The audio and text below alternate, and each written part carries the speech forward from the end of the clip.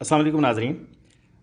खोयटा की होनार तालबा अरूज तारक BS में मुनफरिद research करने पर हार्वर्ड यूनिवर्सिटी की तरफ से कम उम्र साइंसदान के अवार्ड के लिए उनकी नामजदगी हुई है। इस मौका पर वज़ीर सेहत आज़ाद हुकूमत रियासत जम्मू एंड कश्मीर जनाब डॉक्टर निसार अंसर अब्दाली साहब और chief executive Rise foundation doctor Mohammad Nawaz Chaudhry ने अरूज तारक के घर का विज़िट किया। अरूज तारक ने अपनी प्रेजेंटेशन दी अपनी रिसर्च के ऊपर। उन्होंने जियो फिज़िक्स में स्पेशलाइजेशन की है और उनकी माउंटेन स्टडी उनका टॉपिक था और मुख्तलिफ़ पहाड़ों से उन्होंने मिनरल्स इकट्ठे किए हैं। और इसके ऊपर उनकी स्टडी में ख़ास बात ये थी कि हमारे आज़ाद कश्मीर और बिलखसूस डिस्ट्रिक्ट कोटली के जो पहाड़ हैं इनमें कौन कौन से मिनरल्स पाए जाते हैं, जिस पे मुख्तलिफ़ जगहों पे उन्होंने पहाड़ों का मुशाहिदा किया है और बड़े मुश्किल हालात में उन्होंने अपनी रिसर्च मुकम्मल की है। वो इस फील्ड में जियो फिज़िक्स में दुनिया के जो कम उम्र साइंटिस्ट हैं उनकी फहरिस्त में आती हैं। उन्होंने 22 साल की उम्र में ये रिसर्च मुकम्मल की है और ये रिसर्च मुकम्मल करने के लिए उन्हें जिन मुश्किलात और तकलीफ़ का सामना करना पड़ा उन्होंने अपनी प्रेजेंटेशन में उनका तज़किरा भी किया। वो एक गरीब घराने से ताल्लुक़ रखती हैं। अपनी प्रेजेंटेशन के दौरान उन्होंने तमाम जो नाज़रीन बैठे हुए थे उनको भी आबदीदा कर दिया जब उन्होंने ये कहा कि मेरी पढ़ाई मुकम्मल करने के लिए मेरी वालदा को लोगों के घरों में काम करके मेहनत मजदूरी करके मेरे अखराजात उठाना पड़े।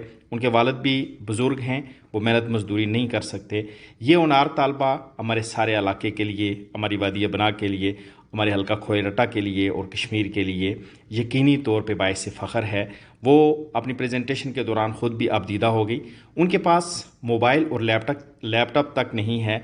वो अपना डाटा अपनी एक दोस्त के मोबाइल में सेव करती रही। इस मौका पर उनकी ये कहानी सुनते हुए तमाम जो लोग यहाँ मौजूद थे, जिसमें एजुकेशन हेल्थ ऑफिसर मोहतरम एहसान चौहान साहब भी मौजूद थे और दीगर जो अफराद थे वो सारे यहाँ बहुत परेशान भी हुए और उन लोगों ने उस बच्ची को सराहा।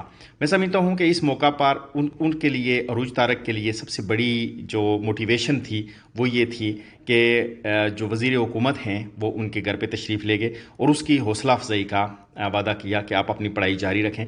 वो आगे MS करना चाहती हैं, उसके लिए उनकी जो तालीमी अखराजात हैं इसके ऊपर भी बात हुई और सारे लोगों ने उनको अप्रिशिएट किया। उनकी स्टडी भी बड़ी मुनफरिद है, जियो फिज़िक्स में कम लोग जा रहे होते हैं और उसने अपनी सेहत के हवाले से भी बताया कि उनकी सेहत जो है वो मुसलसल ख़राब रहने के बावजूद और मुश्किल माली हालात के बावजूद उन्होंने अपनी ये रिसर्च कैसे मुकम्मल की। कायद-ए-आज़म यूनिवर्सिटी इस्लामाबाद से उन्होंने अपनी BS की डिग्री कंप्लीट की है और इसके ऊपर उनकी जो बेस्ट साइंटिस्ट अवार्ड है उसके लिए नामजदगी भी हुई है। ये हमारे लिए बाइस फ़ख्र है।